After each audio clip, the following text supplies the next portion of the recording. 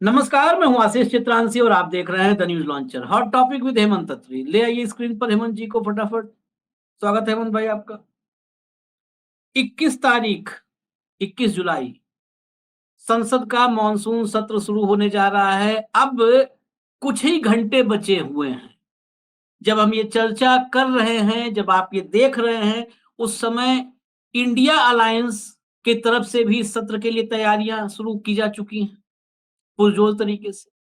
और एनडीए के भीतर भी फ्लोर मैनेजमेंट से लेकर के तमाम जो संसद सत्र से पहले तैयारियां की जाती हैं, वो सब चल रही है। लेकिन इस पर हमने चर्चा की थी और हॉट टॉपिक में ही की थी हेमंत जी के साथ कि कई बहुत महत्वपूर्ण प्रश्न हैं। शायद 11 साल में मोदी के सामने एक ही सत्र में इतने ज्वलंत सवाल कभी नहीं खड़े, एक मतलब सिंगल सेशन में। ये ऐसा सेशन है, तैयारियां पुरजोर हैं और Modi ji one way traffic में यकीन रखते हैं, एक तरफा संवाद में सिर्फ बोलना जानते हैं, वो सुनना और सवालों का जवाब देना ये तो कतई नहीं। इससे तो एलर्जी है उनको। अब इस सत्र में जवाब देने की जब बारी थी तो देखिए क्या हुआ है। प्लान कुछ आया है मोदी जी का। मैं सीधा प्लान दिखाता हूं स्क्रीन पर आपको। ये प्लान देखेंगे तो हो सकता है मुझे आज कुछ बोलना ही ना पड़े। Modi expected in UK on July 23rd, 24th for FTA signing, free trade agreement, मुक्त व्यापार समझौता दस्तखत करने 23 और 24 को कहा, लंदन जाएंगे साहेब। साहेब अभी लौट के आए थे 5-6 देशों से, 5 देशों से। अब फिर काफी वक्त हो गया और इससे बढ़िया मौका क्या होगा, उधर संसद में जवाब देना था तो निकल लो लंदन। चलिए एक और दिखा दीजिए खबर। ये खबरें चर्चा में नहीं है लेकिन हम दिखा रहे हैं आपको, छांट छांट के निकाल के खोज के। PM Modi to visit UK to sign free trade agreement. अब आगे भी पढ़ लीजिए जो वहां पे नहीं था। Maldives next to mend strain ties. इसके बाद लंदन से वापस नहीं आएगा मेरा दोस्त, लंदन से फिर मालदीव्स जाएगा मेरा दोस्त। तो उस टाइप का है मामला ये। तो अभी देखिए, अभी हो सकता है इसमें और एड ऑन हो। अब सवाल यहां पर इस खबर से आपको असली खेल समझ में आए। ऑपरेशन सिंदूर, ट्रंप के दावों पर कांग्रेस के 3 सवाल। हालांकि कांग्रेस को 10-12 सवाल तो हम ही लोगों ने बता दिया था कांग्रेस या विपक्ष के लिए, लेकिन ये 3 ही तक पहुंचे हैं। तो ये 3 सवाल। जयराम बोले, हमें संसद में पीएम से जवाब चाहिए, कोई सब्स्टिट्यूट बल्लेबाज नहीं चलेगा। ये ही खबर है, सब्स्टिट्यूट बल्लेबाज नहीं चलेगा। हटा दीजिए, अब चलते सीधा हेमंत जी के पास। क्योंकि मोदी को बस मोदी का फेस बचाना, बीजेपी का एक ही एजेंडा है, मोदी जी बचे रहे। और वैसे भी निशिकांत दुबे ने कहा है कि मोदी तो बीजेपी की मजबूरी है, मोदी न रहे 150 सीट नहीं आएगी।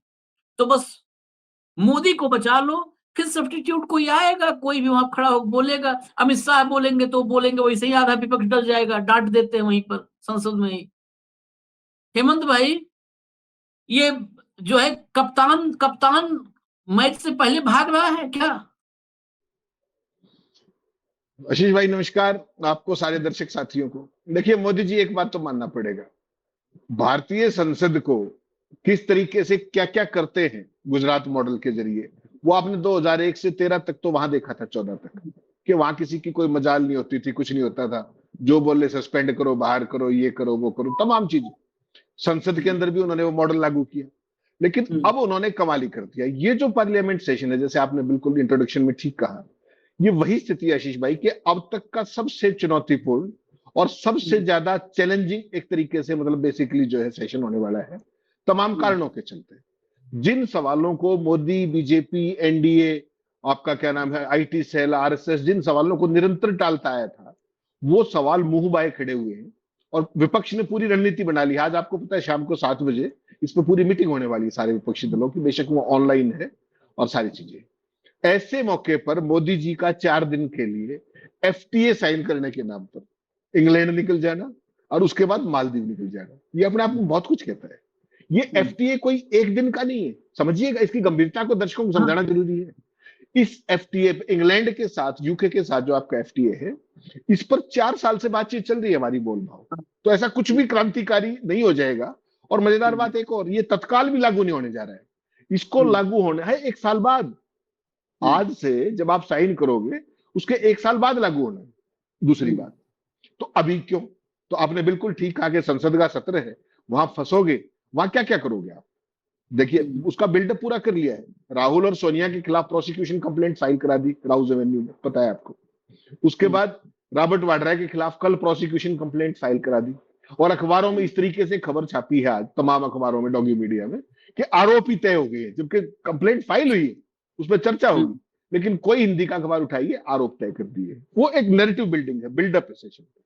और तीसरा आपने देखा, छत्तीसगढ़ के पूर्व मुख्यमंत्री भूपेश बघेल के बेटे को जन्मदिन के दिन अंदर कर दिया ईडी के पास। तो ये एक अल्टरनेट, भ्रष्टाचार बनाम राष्ट्रवाद, भ्रष्टाचार बनाम ऑपरेशन सिंदूर, भ्रष्टाचार बनाम सीज फायर, भ्रष्टाचार बनाम गिरे हुए जेट, भ्रष्टाचार बनाम आपकी रणनीति बनाम लाल आंखें, गिनते जाइए। उस सारे में अब मोदी जी क्या करेंगे? 21 तारीख से सेशन शुरू है, मंडे को सुबह 11 बजे सेशन शुरू होगा। प्रश्नकाल होगा, प्रश्नकाल होगा, उसमें तमाम सवाल आएंगे। वहां हंगामा करने की कोशिश की जाएगी, कौन करेगा? अगर विपक्ष ने नहीं किया तो सरकार कर देगी। हमने देखा लगातार पिछले 5-6 साल से किस तरीके से सरकार ने हंगामा करके ऑब्स्ट्रक्शन शुरू कर दिए और बहाना ढूंढेगी। आपको ध्यान है ना, राहुल गांधी पर हमले का केस दर्ज करा दिया था पार्लियामेंट के अंदर। उस केस का उसके बाद क्या हुआ, उसकी तहरीर क्या है, FIR कहां, किसी को नहीं पता। 1 हफ्ते तक पूरे सेशन की जो भी करना था वो कर दिया। उस FIR का क्या हुआ, राहुल गांधी ने धक्का दिया, सांसद दाखिल हुए थे RML में। तो एक सेट प्रोसीजर है। आप मुद्दे की बात पे आइए कि 21 तारीख से सेशन शुरू है और मोदी जी 23 तारीख को निकल लेंगे। 23 तारीख को उनको लंदन पहुंचना है। FTA पे साइन कौन करता है आशीष भाई? FTA 2 देशों के बीच में है, उस पर दोनों देशों के वाणिज्य सचिव दस्तक करेंगे भाई, वाणिज्य सचिव। तो ज्यादा क्या होता, उस फंक्शन के अंदर अपने वाणिज्य मंत्री पीयूष गोयल जा सकते थे, नहीं। और अगर मोदी जी को ही जाना है तो मोदी जी महीने बाद चले जाते, क्योंकि ये तो 1 साल बाद लागू होना है, आज तो होना नहीं, और 4 साल। लेकिन मोदी जी की टाइमिंग देखिए, पहले 23 से 26 यानी कि फर्स्ट वीक मैक्सिमम पीक होगा। क्यों होगा पीक? वो आपके दोस्त जो हैं, आपके जो प्रिय मित्र हैं डोनाल्ड ट्रंप साहब, अभी तक तो वो सीज फायर कह रहे थे कि सीज फायर मैंने कराया, फिर वो कह रहे थे कि ट्रेड डील के नाम पर मैंने सीज फायर कराया, अब उन्होंने 5 जेट गिरने की बात कर दी। ये बहुत खतरनाक है। आपका देखिए, प्रधानमंत्री, रक्षा मंत्री और गृह मंत्री, वो तो आज तक बोले ही नहीं इस किसी भी उस पर। जो आपके NSA हैं 0007 अजीत डोवल, उन्होंने चेन्नई की IIT में खड़े होकर क्या कहा कि हमारा तो कोई खिड़की का शीशा भी नहीं टूटा, यही कहा ना। और आपका जो सबसे प्रिय मित्र माय फ्रेंड डोलाल्ड, जो आपने वहां पे उसके साथ किए और फिर नमस्ते इंडिया ट्रंप किया, नमस्ते ट्रंप किया, उसने कह दिया कि 5 जेट गिरा दिए हमने। तो अब तो सबसे बड़ा मुद्दा क्या आ गया कि 5 जेट। अब वैसी सूरत में आप क्या करोगे? पार्लियामेंट के अंदर क्या क्या मुद्दे होंगे? सिंपल सी बात है, 3 सवाल है। ऑपरेशन सिंदूर से पहले पहलगाम के दोषी कहां है, आतंकवादी कहां है? सिंपल सी बात। कोई आम आदमी पूछेगा, मैं और आप विपक्ष नहीं, कि पहलगाम क्यों हुआ, नरसंहार क्यों हुआ, आतंकवादी कहां से आए, कैसे आए, सुरक्षा चूक कैसे हुई, खुफिया चूक कैसे हुई? एक ही सवाल। दूसरा सवाल, ऑपरेशन सिंदूर, हम तो क्या पूछेगी, जो विपक्ष और पूरा देश जो पूछ रहा है कि आपने सीज फायर किन परिस्थितियों में किया और क्यों किया, किसके कहने से किया, और 5 जेट किसने गिराए, कैसे गिरे, और वो पाकिस्तान की आर्मी की डिफेंस पर, एयर डिफेंस पर, और पाकिस्तान आर्मी की स्टेब्लिशमेंट पर हमला ना करने का फरमान किसका था? ये सवाल विपक्ष के नहीं, ये सवाल आशीष चितरंशी और हेमंत अत्री के नहीं, ये सवाल है नंबर 1 CDS चीफ अनिल, उनके जो चौहान साहब के, नंबर 1 सिंगापुर में उन्होंने जहाज गिरने की बात की, स्वीकार। आपके इंडोनेशिया में जो डिफेंस अटैची थे, उन्होंने कहा कि हाथ बांध रखे थे, हमें अटैक नहीं करना था। विपक्ष का कोई सवाल नहीं, सेना के सवाल। और तीसरा महत्वपूर्ण सवाल है जो डिप्टी चीफ ने दिल्ली में पूछा कि साहब चीन और पाकिस्तान और टर्की इकट्ठे कैसे आए? और यही मोदी जी के वो 3 सबसे बड़े डोमेन हैं जिनका 11 साल से आप डंका सुन रहे थे। डंका क्या था? पूरे देश को किस बात पे, पूरी दुनिया में क्या था कि डोनाल्ड ट्रंप मेरा यार है, यही था ना। हाउडी मोदी, या भूलिए मत आप, गंभीर बात है ये, भूलिएगा मत। Howdy Modi, here I present my friend Donald Trump. Donald Trump. अब अमेरिका के अंदर अमेरिका के राष्ट्रपति को भारत के प्रधानमंत्री ने प्रस्तुत किया। ये इतिहास है। मैं आपके घर आऊं तो मैं आपका परिचय कराऊंगा भाभी जी से कि ये I present my friend Ashish Chitranji to you who happens to be your husband. तो अमेरिका को ट्रंप से रूबरू कराया मेरे प्रिय आदरणीय प्रधानमंत्री मोदी जी को कराया। और क्या कहा, अब की बार ट्रंप सरकार, कहा कि नहीं कहा? पूरी दुनिया में किसी दूसरे 56 इंची का नाम बताइए मुझे विश्व गुरु का, कि अमेरिका के राष्ट्रपति के लिए भारत के प्रधानमंत्री या दुनिया के किसी अध्यक्ष, राष्ट्रीय अध्यक्ष ने वोट मांगे हो। हमारे वाले ने करके दिखाया। अब वही ये बता रहा है कि हमने भारत की ट्रेड डील के नाम पर हमने युद्ध रुकवा दिया। बता रहा है कि नहीं बता रहा है? अब उसने वहां से आगे चल के 5 जेट गिरने की बात कह दी। और जब उन सवालों का सामना करने का सवाल आया तो आपके जो एनएसए है उन्होंने कह दिया कि हमारी तो खिड़की का शीशा भी नहीं टूटा। और डोनाल्ड ट्रंप जो मोदी जी का सबसे प्रिय है वो कह रहा है कि 5 जहाज गिर गए। नाम नहीं लिया उसने, उन्होंने कहा 5 जहाज गिर गए।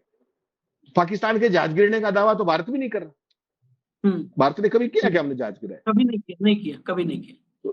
तो चाइना ने भी नहीं किया। भारत के किसी जहाज ने भारतीय वायु क्षेत्र का अतिक्रमण करके पाकिस्तान नहीं गए, भारत में ही थे। और 5 जहाज कहां गिरे? भारत के अंदर गिरे। भारत सरकार की चुप्पी क्यों है? विपक्ष सवाल पूछे देशद्रोही, आशीष चितरंजी से सवाल पूछे देशद्रोही, हम पूछे देशद्रोही। संसद में जवाब देना होगा या नहीं देना होगा? पूरे के पूरे राष्ट्रवाद के सिलेबस का बेड़ा गर्क हो गया केवल इस बात पे। आप ले आइए जितने निशिकांत दुबे लेकर के आए, कोई दिक्कत नहीं। आज तक एक आतंकवादी के नाम पर मच्छर भी नहीं पकड़ा गया पहलगाम का। हम जम्मू कश्मीर का जो उपराज्यपाल है वो कह रहा है कि इसके लिए मैं जिम्मेदार हूं। ठीक है, आप जिम्मेदार हैं। क्या कार्रवाई हुई? क्या कोई अकाउंटेबिलिटी फिक्स हुई? किसी सुरक्षा कर्मी की, किसी खुफिया तंत्र की, किसी की? क्या एलजी ने इस्तीफा दे दिया? जब भारत के सीडीएस चीफ एक बात कह रहे हैं आशीष भाई कि पहले दिन हमारा नुकसान हुआ, 5 जेट, मैंने आपको पहले भी एक कार्यक्रम में शुरू में ही बताया था कि 5 जेट हमारे फर्स्ट डे गिरे, फर्स्ट शॉट में। क्योंकि पाकिस्तान को आपने ये बता दिया कि हम आपके केवल टेररिस्ट इंफ्रास्ट्रक्चर को हिट करेंगे। उन्होंने क्या किया, उस मौके का फायदा उठाया और उन्होंने जो डिफेंसिव पोस्चर था उससे वो एकदम ऑफेंसिव पोस्चर पे आ गए। और भारत के वायु क्षेत्र पे मिसाइलें मार करके उन्होंने आपके एयरक्राफ्ट गिराए।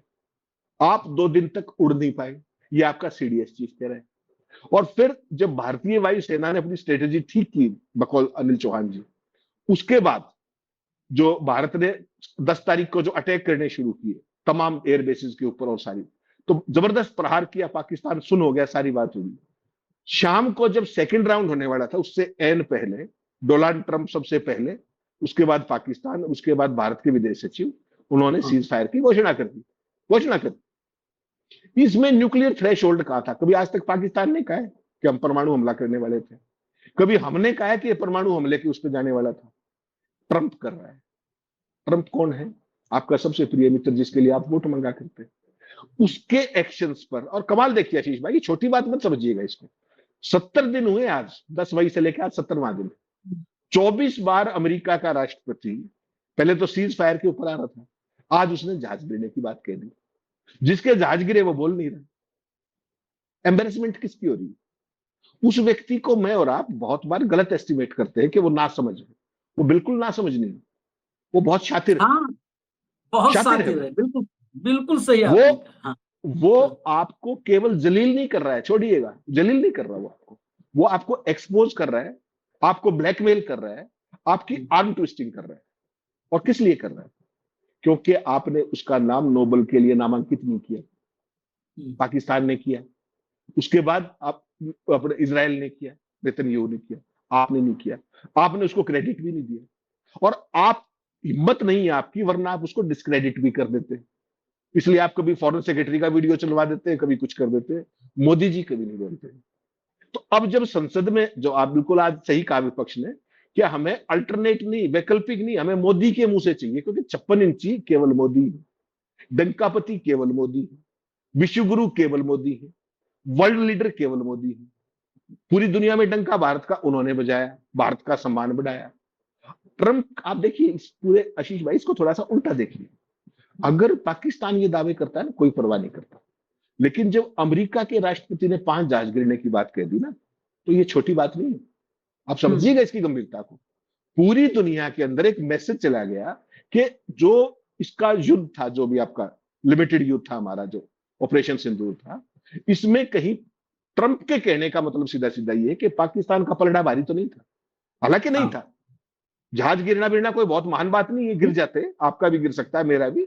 और रशिया का जिस तरीके से यूक्रेन ने कर दिया खड़े जहाजों पर छोटे छोटे ड्रोन्स के जरिए, लेकिन भारत का उन चीजों को छुपाना, उससे मुंह मोड़ लेना, उसको लेकर गोली के बदले गोला करना, सच्चाई को ना स्वीकारना और संसद से प्रधानमंत्री का भागना, ये मोदी को, ये भाजपा को, ये आईटी सेल को, ये ट्रॉल सेना को, ये भक्तों को, ये वाला राष्ट्रवाद बहुत महंगा पड़ने वाला है। और इसलिए मैं आपको बार बार एक बात कहता हूं कि मूर्ख दोस्त से समझदार दुश्मन भला होता है। ये जो मूर्ख से दोस्ती पाल ली ना, अपने जी का जंजाल है आपका। अगर आप ये सारी चीजें समझ रहे थे जब ट्रंप बार बार ये बात कह रहा था, तो आप भारत की सेना से इस बात की पुष्टि करा देते, करने का तरीके होते क्या। हाँ, ये हुआ भाई, यूक्रेन ने ड्रोन के जरिए जहाज गिराए ना, तो रशिया ने कब मना किया? ईरान के ऊपर जो सब कुछ हुआ, ईरान ने स्वीकार किया। इजराइल के ऊपर हुआ, इजराइल ने स्वीकार नहीं किया, लेकिन फिर भी सारी चीजें पता सामने तो आई गई। आप ब्रिटेन भाग जाएंगे 4 दिन, उससे क्या हो जाएगा? कोई बहुत बड़ा मैसेज आएगा क्या? मोदी जी के लिए सेशन के दौरान भाग जाना कोई नई बात नहीं है। आपको याद दिला दूं 2 ताजा सी घटना। 2024 में आपको ध्यान होगा, बजट का सेशन चल रहा था 2024 में। उस समय मोदी जी कहां थे? यूएई में और कतर में थे 2024 में, आपको याद हो तो। ऐसे ही जब 2024, ताजी बात याद दिलाओ, शीत सत्र 2024, मोदी जी कहां थे? नाइजीरिया, ब्राजील और गुयाना में थे। तो मोदी जी के लिए नया नहीं, लेकिन जैसा हम बात कर रहे थे कि आज तक के उनके प्राइम मिनिस्टर के कैरियर में 12वें साल में ये सेशन सबसे जबरदस्त ज्वलंत सवालों के साथ है, जहां भाजपा का, मोदी सरकार का और आरएसएस का राष्ट्रवाद कसौटी पर है। और भारत से नहीं, भारत से तो है ही, अमेरिका से कसौटी पर है। वो आपको आईना दिखा रहे हैं। ऐसे में मोदी को सीना तान करके पार्लियामेंट में खड़ा होना चाहिए था और वहां से एक गुर्रा करके मैसेज देना चाहिए ट्रंप को कि you have no business in meddling with India's issues and this is what it is. अगर आप भाई, आपने, अगर एक आपको ध्यान हो ना, ऑपरेशन सिंदूर के तत्काल बाद इंदिरा गांधी को डिमीन करने का पूरा एक सिलसिला चला, आपको याद होगा। और 2 दिन पहले जो आपके सबसे प्रिय मित्र हैं, जिनको आप बड़ा याद करते हैं, निशिकांत दुबे, उन्होंने तो यही कह दिया कि बांग्लादेश ही गलत बनाया था। सोचिए भाई, जिस एक्शन पर आप ये हंसने की बात नहीं आशीष भाई, आप सोचिए ये इकोसिस्टम, ये इस पे रोएंगे तो हमें जिंदगी भर रोना पड़ेगा। अरे निशिकांत दुबे जब मुंह खोलता है वो आदमी, तो ऐसे ही जो है। आशीष भाई, इसके वो देखिए आपके जो वाजपेयी, जो इनके पुत्र पुरुष है, वो तो ये कहते हैं कि इंदिरा गांधी ने बांग्लादेश बना के दुर्गा का रूप दिखाया। दुर्गा और उनकी पार्टी के 56 इंची विश्व गुरु का चेला, परम चेला, वो ये कहता है कि वो जो एक्शन था वो गलत था। वो उनका वंशज है, 2nd जनरेशन, 3rd जनरेशन, जो भी आप कहिए। जो वाजपेयी कहता है वो दुर्गा थी, ये कहते हैं वो गलत था बांग्लादेश बनाना। तो आप इस राष्ट्रवाद की परिभाषा देखिएगा, सोचिएगा ये कौन सा राष्ट्रवाद है। ये देश यहां पर आशीष भाई ला करके खड़ा कर दिया, और मोदी को बीजेपी से बड़ा कह दिया उन्होंने। अगर मोदी ना हो तो 150 सीट नहीं आएंगी। मोदी को आरएसएस की जरूरत नहीं है, जेपी नड्डा के बाद वो दूसरा कहने वाले। तो basically Modi is now larger than life as far as Nishikant Dubey is concern. तो निशिकांत दुबे अब कौन हुए, ये समझना पड़ेगा आपको। निशिकांत दुबे कौन हुए? निशिकांत दुबे हुए नए जो बाउंसर है बीजेपी, मोदी जी के पर्सनल बाउंसर, और उन्हीं को ये मोर्चा दिया जाएगा संसद के दौरान। सेशन जब मंडे से शुरू होगा कि शोर भी उनको ही करना है, सवाल जवाब भी उन्हीं को नहीं होने देने। बाकी तो चेयर करेंगे अपना काम, बड़ा सक्सेसफुली करते हैं दोनों, पता ही है आपको, नथिंग गोइंग ऑन रिकॉर्ड और वो सारी चीजें। लेकिन सवाल ये कि बकरे की मां कब तक खैर मनाएगी? सेशन तो आशीष भाई 21 दिन का है, वर्किंग डे 21 है। तो अगर आप कोई चर्चा स्पेशल नहीं भी होने देंगे, मान लीजिए नहीं होने देंगे, पता है मुझे नहीं होने देंगे, 21 दिन में 42 घंटे का क्वेश्चन आवर तो होगा ना, बाकी इतना शोर करेंगे। और ये जो सारे सवाल जिनकी चर्चा मैं और आप कर रहे हैं, ऑपरेशन सिंदूर और ये सिक्योरिटी लैब्स और इंटेलिजेंस लैब्स, ये सवाल तो तमाम एमपीज ने लगाए, फिर सरकार कहां जाएगी? तो क्या बेहतर नहीं होता कि प्रधानमंत्री जी अपनी संसद के बीचों बीच खड़े होकर के एक नई लाइन ड्रॉ करते विदेश भागने की बजाय, ये एफटीए तो कभी भी साइन कर लेते यार। 4 जून को आपका सेशन प्लान हुआ था ये। आमतौर पे आपको पता है मानसून सेशन या कोई भी सेशन 10 से 15 दिन पहले अनाउंस किया जाता है डेट, पता है ना आपको? आप तो पुराने आदमी। 1 महीना 17 दिन पहले सेशन क्यों डिक्लेयर किया था आपको पता है? ताकि ऑल पार्टी मीटिंग की बात ना हो, ताकि स्पेशल उसी समय पार्लियामेंट सेशन। उसी समय स्पेशल सेशन की बात चल रही थी। उस जी समय स्पेशल सेशन को लेकर के बहुत ज्यादा विपक्ष और जनता भी थी, तमाम एक्टिविस्ट एग्जैक्ट। जो भी डेमोक्रेसी में लोग संवाद करते हैं सब कह रहे थे भाई होना चाहिए। तो इन्होंने मानसून सेशन उसी समय डिक्लेयर करके उसको ठंडे बस्ते में डाल दिया। लेकिन आप बड़े, एक बात है कि आप बड़े उम्मीदवार व्यक्ति हैं। आप घंटे की 21 दिन 42 घंटे तो कोई न कोई होगा, कुछ होगा। आप दूसरी बात, दूसरा पहलू नहीं देखते हैं। बहुत बहुत कठिन अभ्यास के बाद कोई व्यक्ति भागना, फेंकना, फेंक कर भागना, भाग कर फेंकना, ये अलग अलग 3 विधाएं हैं। एक 4 विधाएं, एक होता है फेंकना, एक होता है भागना, एक होता है भाग कर फेंकना, एक होता है फेंक कर भागना। इन सब में पारंगत होने के लिए बहुत कठिन परिश्रम, मतलब जंगल में जाकर के, हिमालय में जाकर तपस्या करनी पड़ती है, तब इन चारों विधाओं में कोई पारंगत होता है। और अगर कोई हो चुका है इसमें पारंगत, तो फिर आप क्यों उम्मीद करते हैं 42 घंटा और 64 घंटा? फिर अगर चारों विधाओं में कोई पारंगत आपके सामने है, और एक बात और है, बहुत लोग कहते थे हम किसी के बारे में नहीं बता रहे, हम तो सिर्फ कहावतें बता रहे हैं, चलते चलते आखिरी के कुछ मिनट में फाइनल कमेंट से पहले हम कहे हम भी 1 मिनट बोल लें, बस उतना ही बता रहे हैं। हमने सुना था पहले कि रंगा सियार बरसात में जैसे ही निकलता है रंग उतर जाता है, लेकिन नहीं। अगर सियार ने भी कठिन तपस्या की है तो उसे पता होता है बरसात कब होने वाली है, भाग जाता है, छिप जाता है। पानी बरसेगा, क्या करेगा भाई? क्या करोगे पानी जी? हम आएंगे ही नहीं, रंग चढ़ा रहेगा, चोखा रहेगा, चटक रहेगा रंग। तो ये सब मतलब बहुत हुनरमंद लोगों को आता है। अब किसे किसे आता है ये तो दर्शक जाने, मैं नहीं जानता भाई। हम लोग कम ज्ञानी, अल्प ज्ञानी हैं हम तो फाइनली कुल मिला जुला करके मोदी जी जाएंगे, लौट के आएंगे, इतने से काम नहीं चलेगा। इसके बाद भी कोई ना कोई प्लानिंग करनी पड़ेगी। हेमंत भाई, कुछ तो आप अपने दूरदृष्टि से देखिए, और क्या प्लानिंग है? इतने से नहीं काम चलेगा, सत्र लंबा है। आप ही की उम्मीद को मैं आगे बढ़ा रहा हूं। सत्र लंबा है, लौट के आना पड़ेगा। अभी तो है नहीं कि लंदन जाके कहेंगे कि नहीं हम एक कोर्स करके आएंगे एंटायर पॉलिटिकल साइंस में, अभी एक और वो बचा हुआ है, वो भी डिग्री लेकर आएंगे। आना पड़ेगा। तो आगे क्या, जरा दूरदृष्टि से जो देख रहे बताइए, कुछ तो और होगा इसमें। आशीष भाई, अगर आपने ऑब्जर्व किया हो, एक दिल्ली में एक बहुत जबरदस्त ग्रेप वाइन चल रही है कि इस सेशन को एकदम इस पूरे नैरेटिव से डाइवर्ट करने के लिए सरकार एक बहुत जबरदस्त मिशन पर काम कर रही है कि उससे सारा नैरेटिव पलट जाएगा। आप भूल जाएंगे कौन पहलगांव, भूल जाएंगे कौन सिंदूर, आप भूल जाएंगे कौन से 5 जेट, कौन सा सीज फायर, आप सब भूल जाएंगे। और इस काम के ये लोग माहिर हैं। इनका नैरेटिव चले ना चले उससे कोई बहुत फर्क नहीं पड़ता, वो महत्वपूर्ण। आप जो बताइए यार, इस देश के अंदर जो 7 दिन तक इस बात पे बहस हो जाए कि इंडिया का नाम भारत करने वाले, हाँ, इंडिया का नाम भारत करने वाले, इसमें 7 दिन प्राइम टाइम पे और कोई काम ना बचे, तो मुझे मोदी जी की प्रतिभा पर कभी कोई शक नहीं रहा। देखिए, कभी भी नहीं रहा। With all due regards to him, वो कुछ भी करने में सक्षम है। और बाकी तो आपके जोशी जी और जो डॉगी मीडिया है उस नैरेटिव को एकदम घुमा के रख देगा। लेकिन मैं फिर भी कह रहा हूं कि बिहार चुनाव से पहले जिस तरीके की परिस्थितियां बन रही हैं, चाहे वो एसआईआर का मामला हो, चाहे जो जिस तरीके से आपने कल कुर्सियां बिखरती हुई देखी वहां पर, जिस तरीके से भीड़ को जुटाया जा रहा है, बेसिकली इसको हल्का मत मानिए आप। ये बहुत ही चुनौतीपूर्ण समय है मोदी जी के लिए। उनके भगचे कुछ भी कहते रहे, उनके जोश को सलाम करते हैं कि वो लगे रहे इसी काम पे, देश को तबाह करने पे। कांवड़िए भी लगे हुए हैं और भी बहुत सारे काम चल रहे हैं देश के अंदर समानांतर। लेकिन इस सारे के अंदर मोदी जी की जो कोशिश है वो तो है इस पूरे को डाइवर्ट, डिफ्यूज और कहीं और ले जाने, डिस्ट्रैक्ट की, जो एक स्पेसिफिक स्पेशल उनकी वो। और जो एक कौन सा मुद्दा लाने वाले हैं वो भी अपने आप में बड़ा इंपॉर्टेंट है। मैं हैरान हूं कि राहुल गांधी और सोनिया गांधी का एजेएल वाला केस, उस पर अभी तक केवल चार्जशीट कोर्ट के अंदर टू कोर्ट हुई, उस पर बहस चल रही है लगातार कि वो एडमिट होगी नहीं होगी, उसके बाद चार्ज फ्रेम होने की एक पूरा प्रोसेस है। ऐसे ही रॉबर्ट वाड्रा के खिलाफ कल आपने प्रोसिक्यूशन कंप्लेंट फाइल की थी, पता है आपको।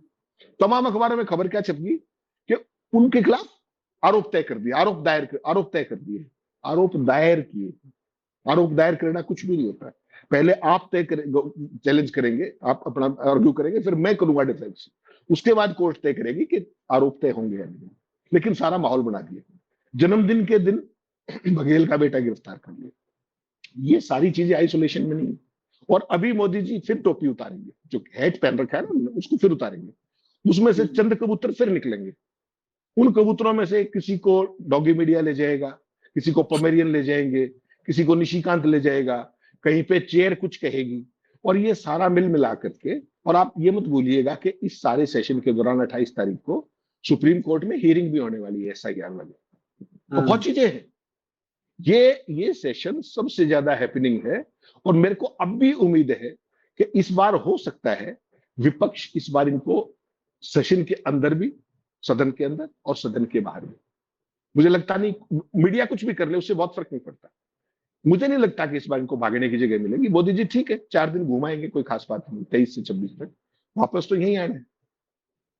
देखना पड़ेगा मोदी जी इस चुनौती से कैसे कपार पाते। मेरे हिसाब से ये उनके प्रधानमंत्री के कार्यकाल का संसद के अंदर सबसे बड़ा चुनौतीपूर्ण सेशन है। ये मैं आपको फिर दोबारा, इसमें कोई दो राय नहीं, ये बात हम 2 दिन से जब से इस विषय पे चर्चा कर रहे हैं, ये 11 साल का सबसे चुनौतीपूर्ण सत्र है। लेकिन फिर उम्मीदों भरी जो आपको बातें दी हैं आखिर में हेमंत जी ने कि ये भाग नहीं पाएंगे, उसमें एक बात ध्यान रखिएगा, हम भी उम्मीद करते हैं भाग नहीं पाएंगे, लेकिन एक बात, बहुत अभ्यास किया है इस चीज के लिए, बहुत अभ्यास। तो ये अभ्यास काम आता है या विपक्ष पकड़ पाता है, यही देखना होगा। हमें इजाजत दीजिए, न्यूज लॉन्चर देखते रहिए। धन्यवाद हेमंत भाई, बहुत बहुत धन्यवाद। हम फिर मिलेंगे हॉट टॉपिक विद हेमंत अत्री। नमस्कार।